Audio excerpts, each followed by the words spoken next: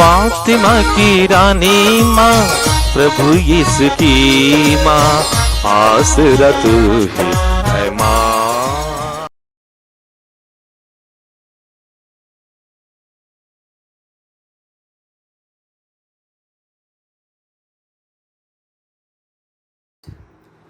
पहला पाठ नबी ईसायास का ग्रंथ, अध्याय 38, पद संख्याएं 1 से 6, 21 से 22, 7 से 8 तक। उन दिनों हिजकिया इतना बीमार पड़ा कि वह मरने को हो गया। आमोस के पुत्र नबी ईसायास ने उनके यहाँ जाकर कहा, प्रभु यह कहता है, अपने घर बार की समुचित व्यवस्था कीजिए, क्योंकि आपकी मृत्यु होने वाली है। आप अच्छे नहीं हो सकेंगे।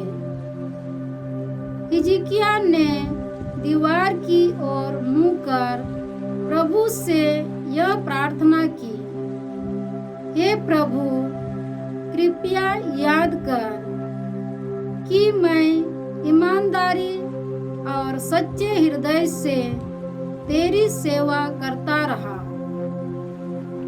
और जो तुझे प्रिय है वही करता रहा। और हिजकिय्याह फूट फूट कर रोने लगा। प्रभु की वाणी ईसायास को यह कहते हुए सुनाई पड़ी, हिजकिय्याह के पास जाकर कहो, तुम्हारे पूर्वजों का प्रभु ईश्वर यह कहता है, मैंने तुम्हारी प्रार्थना सुनी और तुम्हारे आंसू देखे। मैं तुम्हारी आयु 15 वर्ष बढ़ा दूंगा। मैं तुमको और इस नगर को असूर के राजा के हाथ से छुड़ाऊंगा और इस नगर की रक्षा करूंगा। ईसायास ने कहा, अंजीर की रोटी लाकर फोड़े पर रख दो और वह अच्छा हो जाएगा।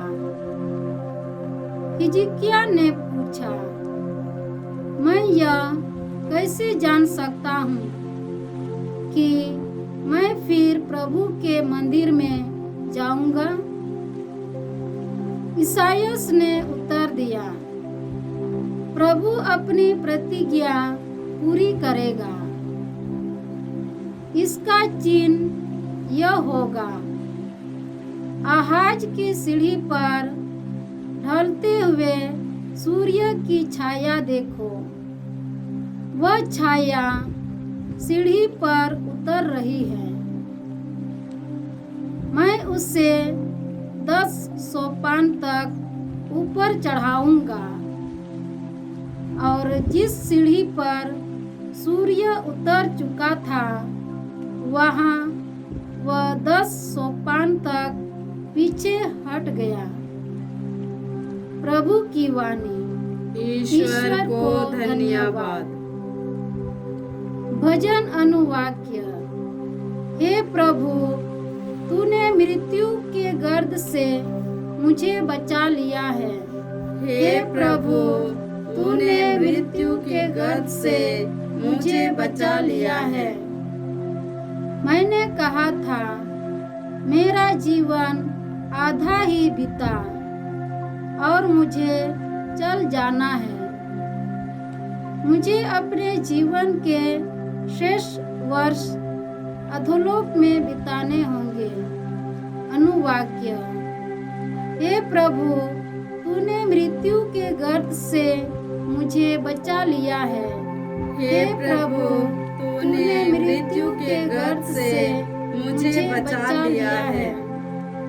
मैंने कहा था, मैं अब जीवितों के देश में ईश्वर के दर्शन फिर नहीं कर पाऊंगा।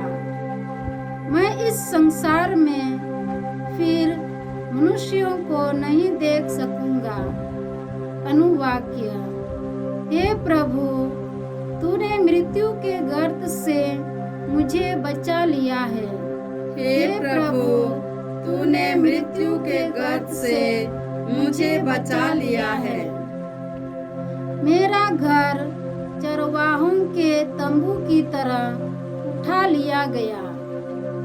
तूने जुल्हे की तरह मेरा जीवन लपेट लिया और करघे से काट दिया। अनुवाक्य।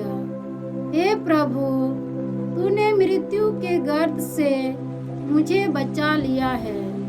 हे प्रभु, तूने मृत्यु के गर्त से मुझे बचा लिया है। हे प्रभु, मेरा हृदय तेरे लिए जीवित रहेगा। मेरी आत्मा तेरे लिए तरसती रहेगी, क्योंकि तूने मुझे चंगा किया और मुझे जीवन प्रदान किया है। अनुवाक्य। हे प्रभु, तूने मृत्यु के गर्त से मुझे बचा लिया है। हे प्रभु, तूने मृत्यु के गर्त से मुझे बचा लिया है। जय घोष। हालेलुया। प्रभु कहते हैं, मेरी भेड़ें मेरी आवाज पहचानती है। मैं उन्हें जानता हूँ और वे मेरा अनुसरण करती है। हालेलुया। प्रभु आप लोगों के साथ हो और आपकी आत्मा के साथ। संतमती के अनुसार प्रभु यीशु ख्रिस्त का पवित्र सुसमाचार। हे प्रभु, तेरी महिमा हो।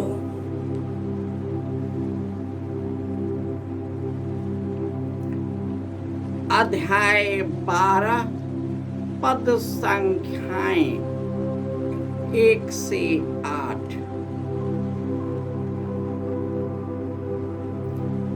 यीशु किसी विश्राम के दिन गेहूं के खेतों से होकर जा रहे थे। उनके शिष्यों को भूख लगी और वे बाले तोड़ तोड़ कर खाने लगे। यह देखकर फरीसियों ने यीशु से कहा, देखिए, जो काम विश्राम के दिन मना है आपके शिष्य वही कर रहे हैं।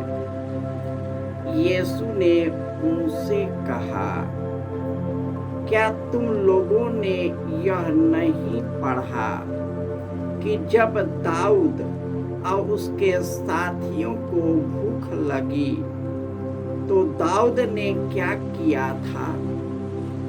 उसने इस मंदिर में जाकर भेंट की रोटियों को खाया। याजकों को छोड़ न तो उसे उन्हें खाने की आज्ञा थी और न उसके साथियों को। अथवा क्या तुम लोगों ने संहिता में यह नहीं पढ़ा कि याजक विश्राम के दिन का नियम तोड़ते तो है पर दोषी नहीं होते। अब मैं तुमसे कहता हूँ, यहाँ वह है जो मंदिर से भी महान है। मैं बलिदान नहीं बल्कि दया चाहता हूँ। इसका अर्थ यदि तुम लोगों ने समझ लिया होता तो निर्दोषों को दोषी नहीं ठहराया होता, क्योंकि मानव पुत्र विश्राम के दिन का स्वामी है।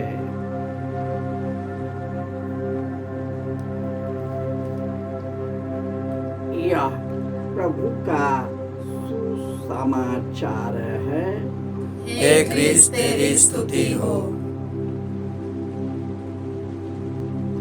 ख्रिस्त में प्यारे भाइयों और बहनों, ईश्वर उन लोगों पर दया करता है जो पश्चातापी और विनम्र है और श्रद्धा से ईश्वर की वाणी सुनते हैं। यह वचन राजा हिजकिय्याह के जीवन में पूर्ण हो गया। वह बहुत जोर बीमार पड़ा और ईश्वर ने आमोस के पुत्र नबी ईसायास को उसके पास भेजा और उसने कहा, प्रभु कहता है कि तुम्हारी मृत्यु हो जाएगी। इस प्रकार राजा हिजकिय्याह रोते रोते पश्चातापी हृदय से इतना विनम्र हो गया कि ईश्वर उनकी विनम्रता के द्वारा पिघल गया। फिर उसने ईसायास को उसके पास भेजा और उसने अपनी वाणी इस तरह पूरा किया कि मैं तुमको क्षमा करता हूँ, तुमको चंगा करता हूँ और 15 वर्ष तेरे लिए और बढ़ा देता हूँ। इस तरह यीशु कहते हैं कि मैं बलिदान नहीं, दया चाहता हूँ। यीशु के शिष्य खेत के से होकर जाने लगे। उन्हें बहुत भूख लगी थी, इसलिए वे बाले तोड़ तोड़ कर उसे खाने लगे। यह देख करके शास्त्री और फरीसी और वहाँ के यहूदी यीशु के पास आए और उससे पूछा, जो विश्राम दिवस के दिन मना है, उसी दिन आपके शिष्य ऐसा क्यों करते हैं? यीशु ने उसे धर्म ग्रंथ का मर्म समझाते हुए कहा, क्या तुमने यह नहीं पढ़ा, जब दाऊद और उनके साथियों को भूख लगी तो उसने क्या किया? उसने इस मंदिर में जाकर भेंट की रोटियां खाई, जो केवल याजकों को ही खाने की अनुमति थी। उसने खाया और अपने लोगों को भी खिलाया। इस प्रकार यीशु कहते हैं, यहाँ पर जो विद्यमान है वह विश्राम दिवस से भी ऊंचा है, क्योंकि मानव पुत्र विश्राम दिवस का स्वामी है। वह केवल कड़े नियम और कानून में ही बंध करके वे दया और करुणा के चीजों को छोड़ देते हैं, त्याग देते हैं, उसका परित्याग करते हैं। वे कठोर हो जाते हैं और लोगों पर निरंकुश शासन करते हैं। इसलिए उसने कहा कि तुम लोग नियम तो तोड़ते हो, लेकिन तुम दोषी नहीं मानते। जिस प्रकार हमारे बिहार में यह नशा के विरुद्ध में नियम है, लेकिन हर एक घरों में, हर एक जगहों में नशीली पदार्थें आ जाती हैं, शराब और नशा आ जाता है और इसमें वही लोग संलग्न हैं जिन लोगों ने नियम को बनाया और नियम के आड़ में वे करोड़ों कमाते हैं और अपना घर भरते हैं। इसलिए ईश्वर ऐसे नियमों को नहीं मानता, वह वही नियम को मानता है जो सबों को पवित्र रखता है, सबों को करुणा, दया और एक दूसरे से प्रेम और मोहब्बत करता है, एक दूसरे के सुख दुख में सहभागी होता और उन लोगों को उसमें से उसके चुंगल से निकालता है।